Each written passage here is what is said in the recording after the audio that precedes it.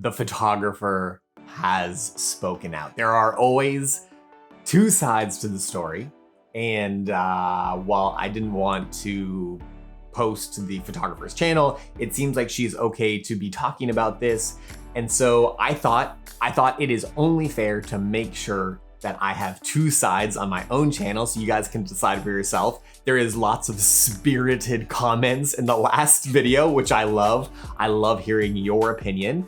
And I'm totally open to be changing my mind about things.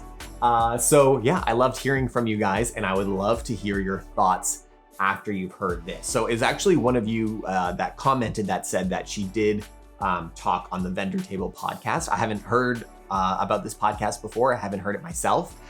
So this is the first episode that I've ever listened to. So won't you go over and give them some love, do some subscribing over at their channel. And I think they also have podcasts, so subscribe over there as well. But they had a great idea to invite the photographer on their own podcast to tell her side. And I'm not gonna do the whole video because you should go over there and listen to it on their channel. But I thought I would like to do the reaction to her side of the story and give you my thoughts on that as well. So let's get into it. So, we've only heard from the bride's perspective, and we would love to hear from your side and your perspective. So I'll kick it off with just the first question. When you met with your past client and everything like that, did you when you did your consultation and you talked to her, did you ever? The reason why I am reacting to these videos and going through this is because this is such an example of things that can happen as being a wedding photographer. Obviously, they're not going to be as viral or big as this, but intertwined in this is all of these questions of how to interact with your clients and how to be your own photographer and to have your own style and all of that. Customer service and you as an artist. How do you mesh those things? So that's why I'm doing this. And I think even little things like that, if you're a new photographer, one really important thing is to meet with your couple, whether it doesn't have to be in person, but ideally over a Zoom call. Connect with them and make sure you're on the same page. Ever send her a full gallery of images that she could check out, that she could see your work and get an accurate representation of what you do, your editing style? Right. Yes, I did send one full gallery. Definitely was a gallery that I was super proud of, was super on brand with my style. And she also did look at galleries on my website as well. So she reached out initially asking for a gallery. And then she also said, oh, actually I found some on your website as well. So she did see multiple. And this is what I did guess a little bit at the last video. It did seem like this bride knew what she was getting into. Like she saw the photographer's stuff, she liked it, and moved on. The reason why I feel still sympathetic to the bride is because I was a photographer for 5 years when I got married myself. And it was really hard to find a photographer. It was hard to make the decision because you have all of these emotions around your own wedding, getting married. And even as a photographer, it is hard to make the best choice. I'll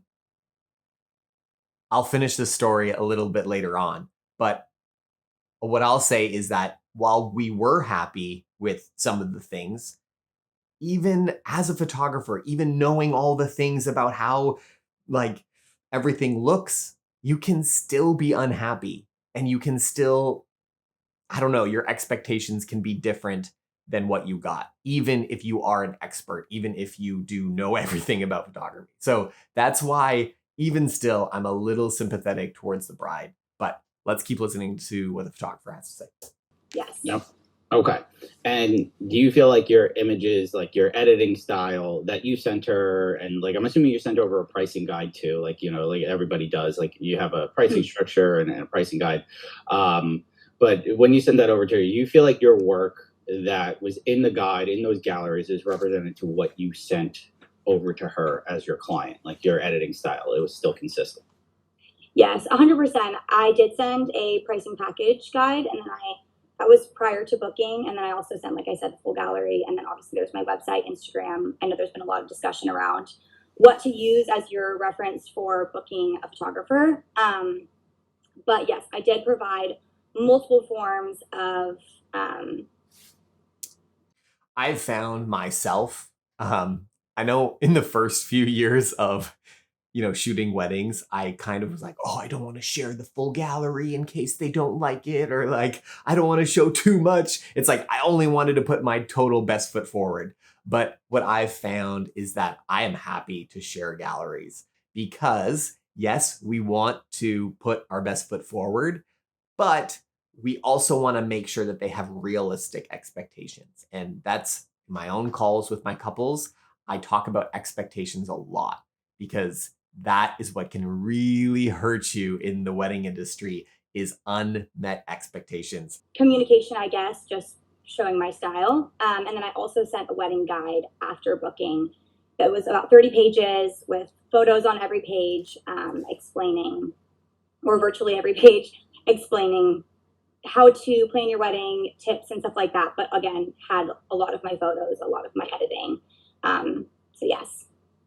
So she was made fully aware of your editing style. She saw like your work. She saw everything of how you produce your photography, like your editing style.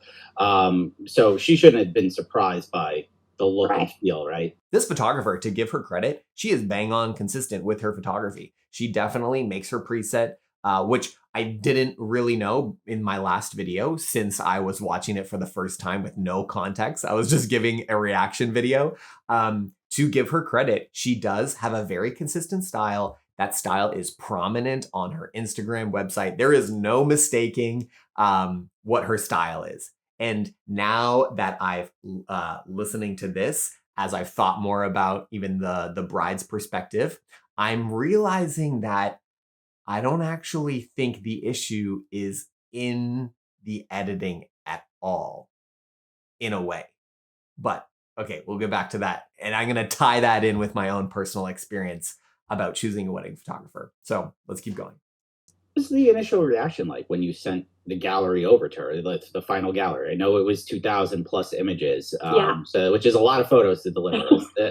I know 2,000 images. Maybe it was multiple days, right? I think it was multiple days. That's a lot. That's a lot. Too many. Know how much that is. So yeah, obviously, you were there before the wedding. I saw you photographed, I think, the rehearsal dinner. You delivered those photos. The wedding day as well. So there was a lot of photos to deliver. Yes. So 2,000. Okay, so lots of event coverage. Maybe 2,000 is not that much. Plus photos you delivered. How was her reaction when you sent the gallery? She was raving, honestly. You have a lot of clients. I'm sure you're experienced with this too. A lot of clients just send like, "Thank you so much," and I appreciate any response to wedding gallery. But she definitely went above and beyond in her response. All caps. We love these. Was super excited about them.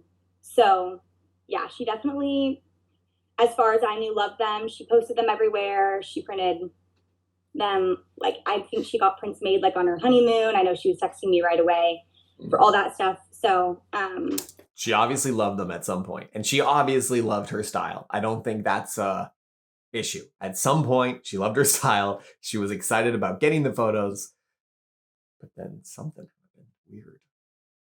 Yeah, as far as I know, she absolutely loved them, and it was definitely a raving response for sure. So how long was it after the fact though that like the response started to turn a little sour? Like, did that happen? That didn't happen right away. Obviously, that happened like down the road. Right. So I believe I sent her same day rehearsal dinner sneaks. I sent her same day wedding sneaks, just a few on the wedding day, and I think I did. Hey, good for this photographer. That's a little tip for you guys.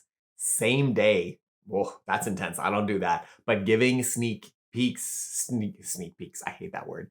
Giving previews to your couples like right away is awesome because they're excited. They get their photos right away. So it definitely seems like this photographer knows what she's doing. It wasn't what I thought initially, that it was just like a white balance issue and she was like not editing these very well. She knows what she's doing. She has a wedding business. She's running things, from my perspective, seems very well so far. So it's obviously not just like an overlooking issue. I don't think it's as easy as that, where it's like she just didn't like fix the white balance. It's definitely a lot more complicated than that. Did work to get her a few more throughout the like following days. I was, obviously it was a destination wedding, so I was on an island. Signal was kind of poor. So I know I texted her a lot of the photos initially. They weren't uploading to the gallery. She loved them. I sent the full gallery. She said she loved them. And I would say probably within a day, she started having, I think there was like oh, is there maybe a shot of like these photos with family that like from the rehearsal dinner, or like, could I get these black and whites in color, just like little things. And then it kind of started to build. So. Gotcha. Okay. So the request started happening after the full gallery was delivered, for changes, tweaks, things like that, which is common as wedding photography. Okay, so I'm not going to play the whole thing for you because I don't want to take that away from the vendor table. So if you want to listen to the whole thing, go over there and listen to it. But the next little while, they talk about the small changes. So they went back and forth with these small changes. They were like, oh, so-and-so's eyes closed, and they do head swapping. Going back to my personal experience, when we got our wedding photos back, remember, I was a photographer for 5 years already, a wedding photographer for 5 years. There were lots of things that I was a little disappointed about. There weren't as many photos of our immediate family, as many candids as I would have liked. There was a level of thoroughness that wasn't necessarily there. There was a lot of things that were great. The reason why also I feel like we can talk about this is our wedding photographer is no longer a wedding photographer. So, and you can't find them. You can't find a link to them anywhere. So you'll never know who they are. But I fully sympathize with what at least it seemed like these initial changes were. Having, their eyes open, family photos, all those things that you don't know about. You're relying on the photographer to have all those details, to have all those things fixed. As the client, you have your whole wedding memories in their hands. So it is a little bit of a vulnerable position. You are fully relying on a photographer to do it correctly. There was definitely a few things I would be 100% willing to do, just to make the client happy. And, I'm not going to just whip out, you need to pay me for every little thing, of course. But it did get to the point where I was like, this is going to be a lot of photos to make little changes to or tweak, etc. And obviously, that's a lot of work. So I did charge her my hourly rate at that point. Yeah, that's very common when like a client starts requesting an exorbitant amount of changes to the images, to start having to charge an hourly rate for that.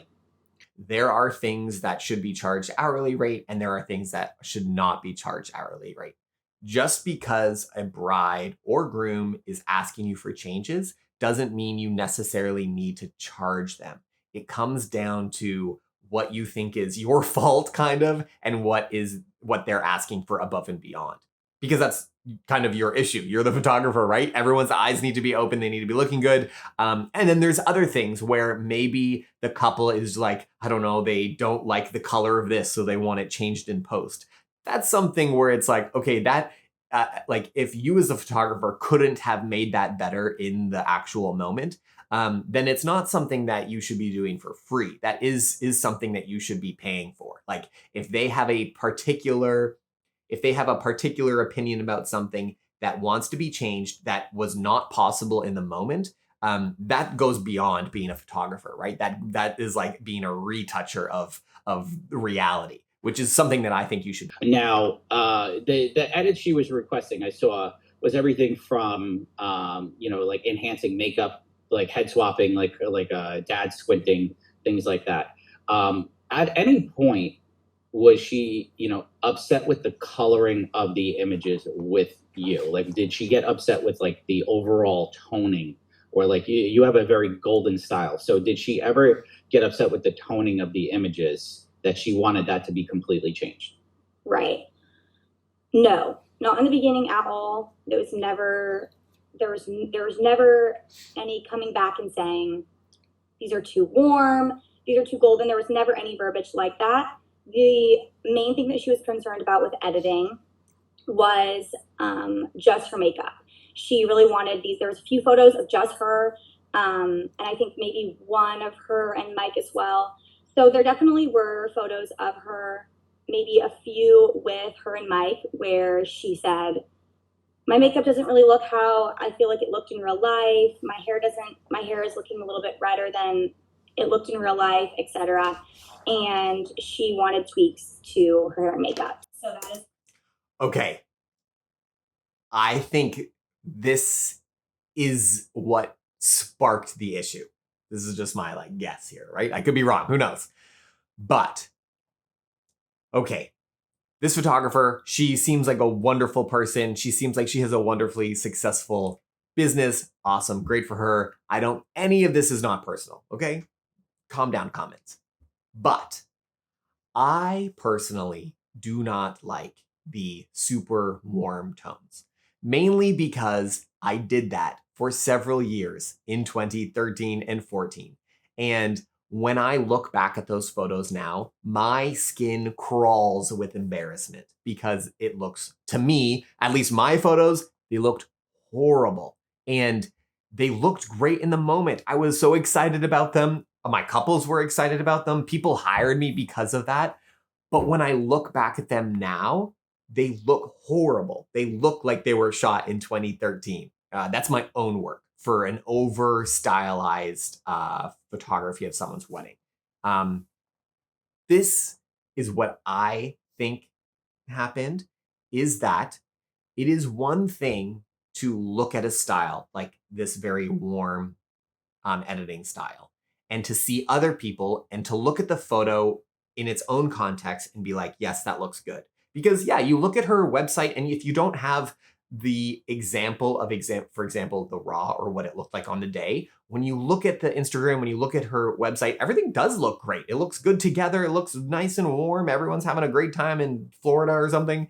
And however, what I think happened is once the photographer made the correlation between this is what I look like in my wedding photos versus this is what I actually looked like in real life, that's where it broke down. And I think that's the issue with editing in that style, is because I think this is just me guessing. I might be completely wrong, but I think the bride looked at the photos and were like, yeah, I love these. But she didn't know what those people looked like in real life. And I think that's why it came down to the makeup, because this bride was a makeup artist and that's something she knows. She knows makeup and she knows that when she looked at herself, she's like, I care about makeup and I can't, all of the stuff that I care about is gone because it's been orange or it's been blown out or however it was edited, right? And I think that's where the unhappiness started to brew, is because it's like, have you ever, I've done this.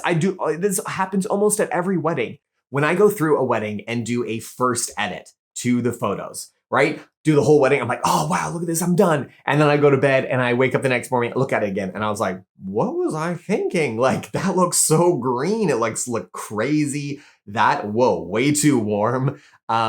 It's because our eyes get tricked based on what the context of what we see. And if you remember back to the whole TikTok saga with the bride, it was, I think, what started to happen is when she got the raws and she saw what she looked like originally versus the preset style. I think that's what's tricky about it. I'm not saying that there's not people that love that orange style even after they get the photos and they're like, I love this. I look so great. I look tan or whatever. And they love it. But it seems like in this case is that she saw what she looked like before and saw what she looked like in the photos. And that's where the breakdown came down. I don't think she just changed her mind about the style and she booked this photographer and then all of a sudden hated it. I think when she saw herself in the context that she didn't like it anymore. Just like in the same way that you edit a photo, you come back the same day and you're like, what was I thinking? in that previous video, when you see the side-by-side photos, the orange edit looks even more orange and it looks kind of shocking because there's context. If you don't have any side-by-side photos, you don't really notice the difference. And that's hard to unsee when it's yourself. And you have that kind of very warm preset on you because you know what you look like. And when you see yourself, you're like, that's not me. And she wanted tweaks to her hair and makeup. So that is when I said, sure, I will fix that for you. Like I will obviously endeavor to fix that for you. And so I did go about enhancing her makeup. I did not, there has been speculation that I photoshopped makeup on, or I don't know exactly what people think that we do in editing. But it was really just a matter of like saturation sliders, color, stuff like that, just trying to enhance things that maybe she felt were a little bit dull. So I did do that thinking that is what she wanted. I came back with those images. She said, this isn't what I want. Can I have the raws? So for those specific images, mostly of her. And at that point, that's when I was like, okay, I don't think, I thought that I did what you wanted. I don't know if we're going to meet a mutual agreement on your makeup specifically for this. So obviously we as photographers never, ever give out raws, but it was just a moment where I thought, you know what, this is this will make the client happy. I'll do this for you. So. Okay. And that was nice of her to do that, to try to resolve the scenario. But going back to my hunch, I think that's actually when things turned, was because she saw the originals. She saw, oh, you know what? The photographer did take great photos and it's great compositions and it's a great moment. But I think it's that comparison when you see the true to life color versus the preset. That's when it's like, oh, do I like this orange look? One thing that I would say to you guys, if you're starting to have these issues and it seems like it was like building up. It was like, oh, fix this. I would say get on a phone call. Get Dan, be like, hey, let's make you happy. What's the real issues? A phone call is, I can't overstate that enough. Like, I would only do email unless it's like the most basic facts. Even if we're planning schedules, like I try to do as much on a Zoom call, not even just like a phone call. A phone call is great. I think even a next step up is a Zoom call. So you can see their reaction. You can see how they're thinking about things. You can't see how you can think about things, but it just creates a better level of connection and communication so that it's really clear. I'm not saying that would have solved all of this, but I'm just using this as a case study for us all to learn and to hopefully be better photographers and wedding photographers. So let's keep going. Now, did you send raw photos to her so that she could take a look or, use them at her discretion? Yes, I did. After a little bit of back and forth with her, I came to the place where I just kind of realized we weren't going to reach a mutual place on the editing, specifically just for her makeup and a little bit of her hair, I believe, as well.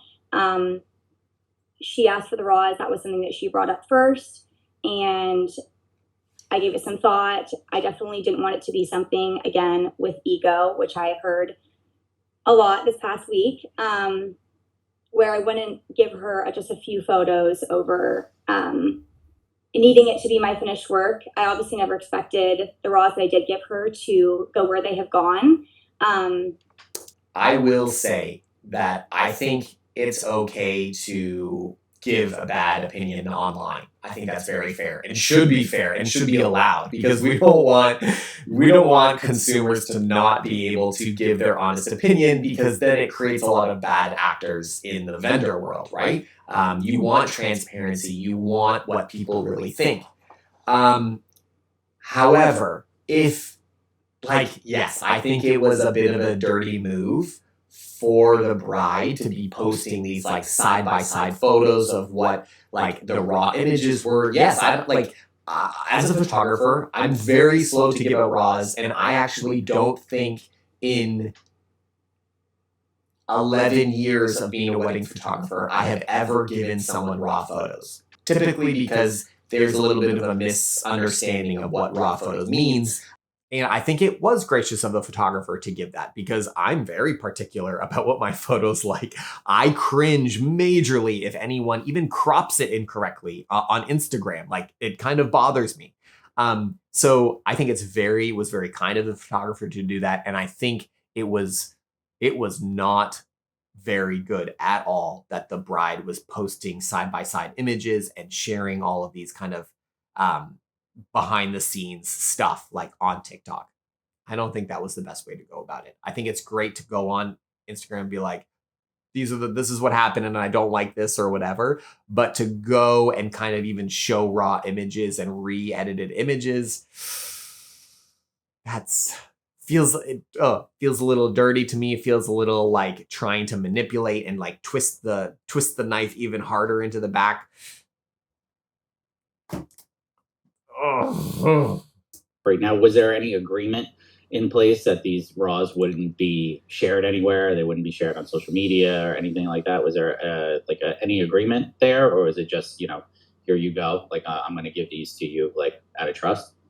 Yes, it was 100% trust. There was no separate contracts made up.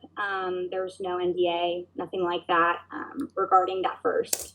Yeah, you got to make a clear agreement in writing. That's if I have learned one thing over 11 years of wedding photography, is to write everything down, to write any changes, to write any new type of services, not just for you, but also for your clients. Like, if you say I'm going to do something, you should write it down so that if you forget and the couple says like, "Hey, you say you were going to do that," and you're like, "I did. I don't remember that." At least it's written down.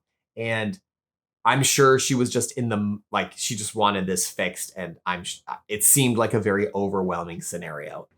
At what point did she ask? Did she ask for the full, like, raw gallery, like the entirety of your raw gallery? Did she ever ask for that at any point? I definitely don't want past or future clients to think that my intention is ever to come into a situation like this, showing receipts, showing timeline, all that jazz. But I will say I sent the raws, the 7 to 10 raws. She thanked me for them, sent a little message, again, thanking me for that. And then there was no communication for about a week. And she reached out to me, asked to get on a call with her and her husband. And so we did. We got on a call. Pretty quickly into the call, she addressed their concerns about the editing, texted me some side-by-sides of an edit that she had made to the raw next to my edits, and kind of expressed that they were just unhappy with pretty much all the edits. They appreciated how I captured the moments, but they no longer really liked my editing and asked for all the raws. In that phone call, I didn't promise anything. I told them I would think about it. Obviously, it's a phone call about 6 months ago, so I don't remember perfectly how everything was said, but I do know I was mostly just trying to withhold saying anything specifically about I didn't want to commit anything too soon on a phone call. Which is very smart. It's very smart to just have the phone call, talk, think about it at home, and then reevaluate the situation, come back in. And so let emotions die down. Make sure you're listening to the couple. You don't have to say anything. Let me think about that. Let me talk to my wife about that, and I'll get back to you. Very smart. Without taking time to really think through it. So on that phone call, nothing was promised. I probably did bring up that in my contract copyrights are $4,000. And the phone call. Okay, so there's a little miscommunication there. She just said the copyright is $4,000, and the bride on TikTok said that all the raws cost $4,000. Those are two different things, right? So if you were to purchase the copyright, which is $4,000, I think that's pretty good for the copyright, meaning that the photographer would no longer have copyright of the images, is what I'm assuming she's saying there. Is that, like, she's purchasing the copyright so that the photographer cannot freely use those images. And that would make sense to charge a high rate for that, because then you can no longer use those images for advertising, right? You're losing the ability to have the copyright of the image. So that's fair. But that's, in my mind, that's not the same as sending raws or even purchasing raws so that the couple can re-edit them and use them in their home, for example. I think that's something a little different. Again, it's easy to say all these things watching an interview. I'm not saying that she should have had all of these things perfect, because I have made lots of mistakes, and I've told you lots of the mistakes that I've had in my business over the years. Did turn a little bit hostile towards the end. Not on my end. I definitely did not have any ill will towards them. It was just obviously pretty shocking, and I wanted time to like process their request. So, yes. And when she showed you those side by sides, the side by side like of your edit versus her edit, was it anywhere near your golden style, or was it like true to color? Like, because that's what we've been seeing is like she edited more like a true to color tone. Right. So the image that she has posted in her TikTok is the image that she sent me. It is the side by side of her standing, and obviously her edit is, I would say, light and airy. Obviously, styles are, to put one word on any specific style isn't really the best, but I would say it was more of a light and airy, true to color, like saturated greens, etc. So definitely very different than my style. So I was pretty shocked. You obviously have a very distinct style, and when you were showed those images that she edited that were raws that she turned into edited JPEGs, obviously not representative anywhere of your style and what you produce.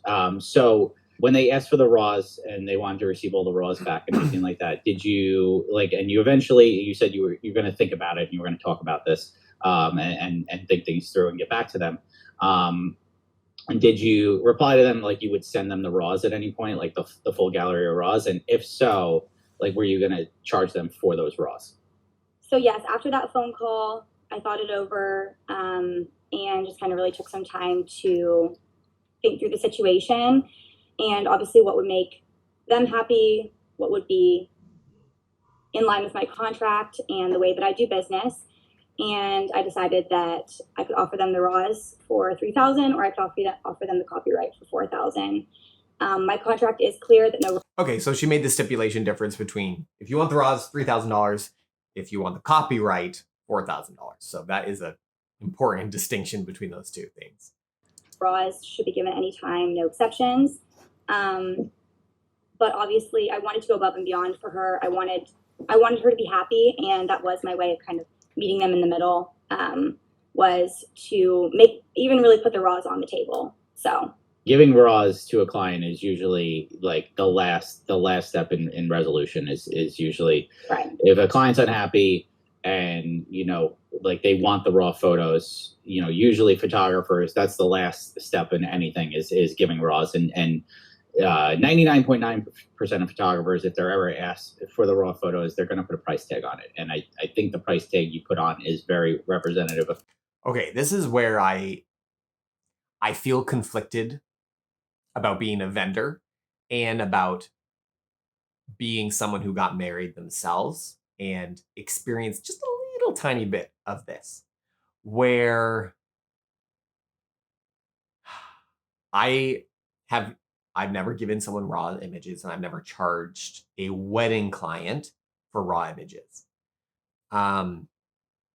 I sympathize with the bride in terms of feeling held hostage a little bit, where my wedding photos felt hostage with the style of the photographer. When we hired our wedding photographer, we thought they were so great. We thought their images were incredible. When we got the images back, we also loved them. But give it 6 months, give it a year.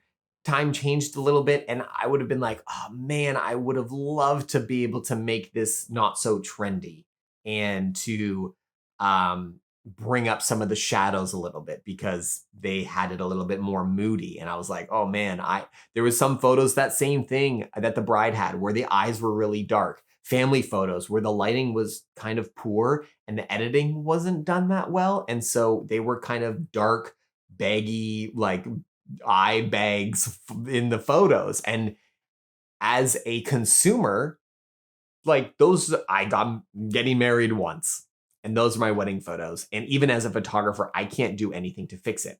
I don't want to post them on Instagram. I just want to have some nice photos in my home of our wedding. And I feel a little held hostage a bit to the photographer's editing style at that time. And that's why I feel very sympathetic to this bride. I think emotions got heightened and it kind of got out of control. And I'm not condoning any of that. But I don't know how I feel about charging a couple $3,000 to get raw images. Like, my initial reaction, maybe I need to think more about this, but my initial reaction would be like, sure, here's the raw images, take them. It's not going to take any money away from me or anything.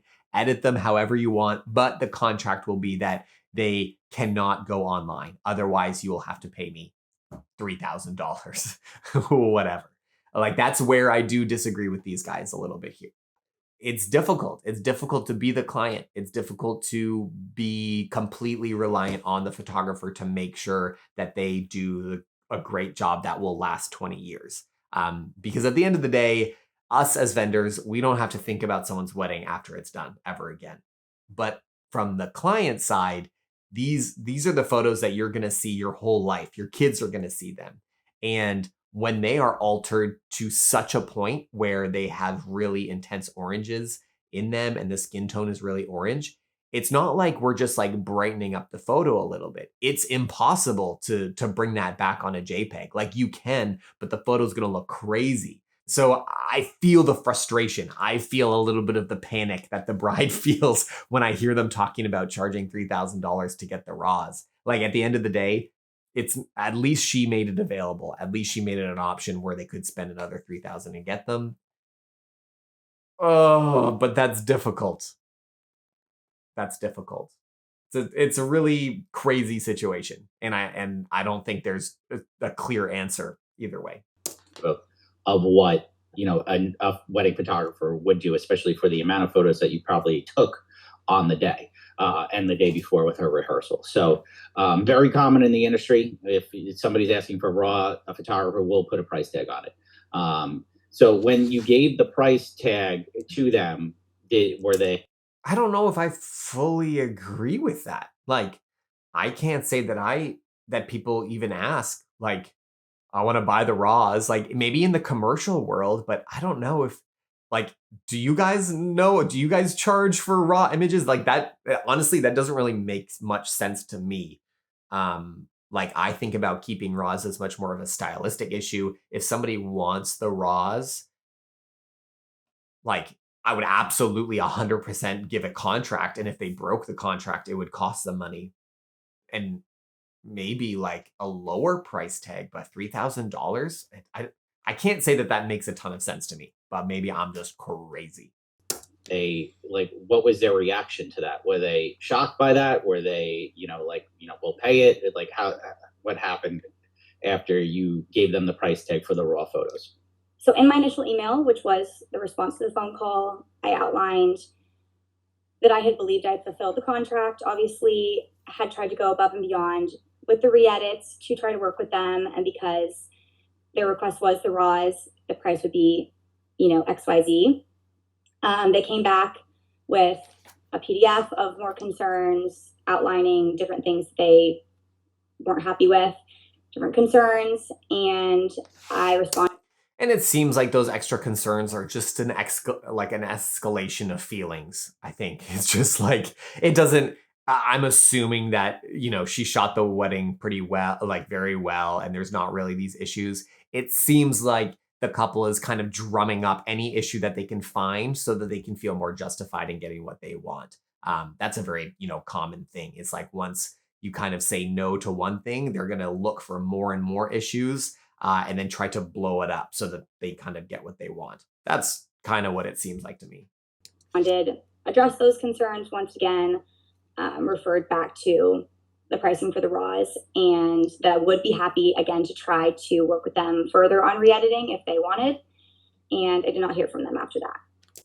And I would say, as I'm thinking about this, if like if they wanted the photographer to re-edit it, like, yeah, charge them $3,000. I will re-edit your entire wedding in a light and airy style, but it's going to cost you this much money. I don't know if I would do that, but I would rather be like, no, I don't I don't want to edit in a style that I don't like, right? Like I choose my style for a reason. So yeah, maybe charging for the raws. Guys, I don't know. Tell me what your thoughts. I want to hear what you guys think about whether you should charge for raws or not. It's interesting. So after you sent that last email, did you not hear back from her until these TikTok videos started to surface, or was there any communication after that? There was no communication after the last email that I had sent. We did not talk. I had not heard from her. No. Brutal. I do not wish that upon my worst enemy. That no one ever wants that. Like no matter, you don't want to wake up and find that the world is like talking about you and you don't realize it. Like that sucks. Like that's where like maybe a bad Google review would be better. But to put it on TikTok, the more that I think about it, it's like, yeah, she is trying to take this photographer down. That's rough. Like, sure, we had some issues with our wedding photographer. Honestly, I didn't even tell the photographers that we had any issues with it because I knew that we chose them. It's not like you can go back and change anything. So yeah, but that also might just be my personality more than anything. But that's horrible. I can't imagine waking up and being defamed online. There had been, I guess you could just call it a threat, basically saying, I hope I don't have to bring this to social media if this isn't resolved the way that we want. And throughout our communication, in the midst of the back and forth emails, there were some social media posts by her alluding to a situation. So I definitely kind of saw the writing on the wall that this might happen if I stuck to my contract. Okay. Again, you can go watch the rest of the interview if you want on the vendor tables. Give them some love over there. I think the last thing I'm going to say about this is that try to put yourself in the other pair of shoes. So if you are all vendor side and you're like, the bride is the worst, like how dare she do this? I just want you to sit and think about the bride's position for a while. Think about getting married and being stuck with photos that you don't like and being unable to change them. Even if you were a photographer. If I was a photographer, if those were my wedding photos and I tried to pull that thing into Photoshop, yes, I could make it cooler, but ultimately it's not going to change that much. It's going to be very difficult. You just switch everything to black and white, I guess, and have a black and white wedding and then you'd be happy. But yes, I'd feel a little held hostage. I had felt like my wedding photos were like stuck in this horrible thing that I hated and I can't do anything about it. I guess I could pay $3,000 and then everything would be solved. And then if you're on team bride only and you're like, how dare this photographer be so whatever? At the same time, like the photographer didn't hide anything. Like she was like, this is what I do. Like take it or leave it. And she obviously has lots of happy clients that love her work. So this does seem weird and out of the norm that someone is hating it. And so, think about the photographer's point of view. They didn't like do anything wrong. They just did their job and somebody became so heated about it. And so that's where I think getting on TikTok and just like blasting the photographer, is that like the most helpful thing to do? I can't say it is. I can't say it's like the super best thing ever. It makes me feel bad for this photographer that all of this kind of blew up in their face. So no real conclusion to this, but I think there was lots of things that we thought about and lots of things that we can hopefully implement in our own businesses to make these type of situations never happen for us.